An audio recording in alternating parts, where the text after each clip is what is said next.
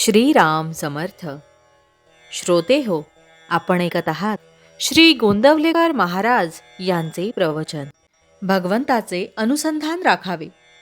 फार दिवस वापरून जोडा फाटला की तो दुरुस्त केला तरी पुन्हा पुन्हा फाटतोच. तसेच शरीराचे आहे. शरीर जीर्ण झाल्यावर त्याला काही ना काहीतरी होतच राहते. दुरुस्त केलेल्या जोड्यातला एखादा खिळा जर पायाला टोचू लागला तर मात्र त्याला जपावे लागते. तसे आजारपणामुळे मनाला टोचणी लागली तर जपावे आणि त्याचा मनावर परिणाम होऊ देऊ नये. आपल्या आजाराचा, म्हातारपणाचा आपण फायदा करून घ्यावा.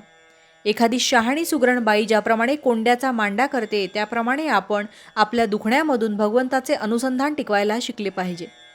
अनुसंधानात असले की प्रपंचात मजा आहे. अडचणी आणि संकटे यांची सुद्धा मजा वाटेल. पोहायला येणाऱ्या एखाद्याला नुसते सरळ पोहायला सांगितले तर आवडणार नाही. तो उड्या मारील, बुड्या मारील, वाकडा तिकडा पोहेल.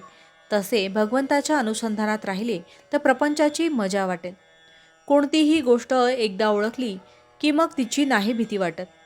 विषय जोवर ओळखले नाही तोवर ते आपल्याला त्रास देतात. याकरिता ज्या ज्या गोष्टी होत असतात त्या त्या भगवंताच्या इच्छेनेच होत आहेत ही जाणीव ठेवून वृत्ती आवरण्याचा प्रयत्न करावा. परमार्थाच्या आड आपले आपणच येत असतो. आपली वृत्ती जिथे जिथे वावरते तिथे तिथे भगवंताची वस्ती असते. म्हणून वृत्ती जर कोणतीही उठली तरी तिथे भगवंताची आठवण केली तर ती चटकन मावळते. आपण नेहमी आपल्या उपास्य देवतेचे स्मरण करीत असावे. त्याच्या पायावर मस्तक ठेवावे आणि त्याची अनन्य भावाने प्रार्थना करावी की हे भगवंता, तुझ्या आड येणारे हे विषय तुझ्या कृपेशिवाय नाही दूर होणार. आजवर जगाचा मी अनुभव पाहून घेतला. तुझ्या प्राप्तीशिवाय कशातही सुख नाही असे भासू लागले. तरी वृत्ती आड आल्याशिवाय राहत नाही. माझ्या अज्ञानाने मी आज स्वतःच्याच आड येत आहे. तरी तुझी म्हणजे पर्यायाने माझीच ओळख मला पटावी आणि त्यात मी तुला पाहावे.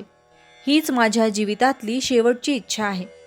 ही इच्छा तुझ्या कृपेशिवाय पूर्ण होणे शक्य नाही.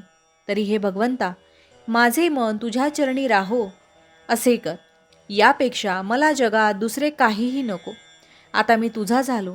यापुढे जे काही होईल ती तुझीच इच्छा मानून मी राहील आणि तुझे नाम घेण्याचा आटोकाट प्रयत्न करील. तू मला आपला म्हण. भावार्थ, वृत्ती स्थिर झाली की त्याच्या मागोमाग समाधान येतेच. जानकी जीवन स्मरण जय जय राम. महारुद्र हनुमान की जय. समर्थ रामदास स्वामी महाराज की जय. सब संतन की जय. श्री अनंत कोटि ब्रह्मांड नायक राजाधिराज सच्चिदानंद सद्गुरु श्री ब्रह्म चैतन्य महाराज की जय. जय जय रघुवीर समर्थ. आता आपण 13 वेळा नामस्मरण करूया. श्रीराम जय राम जय जय राम. श्रीराम जय राम जय जय राम.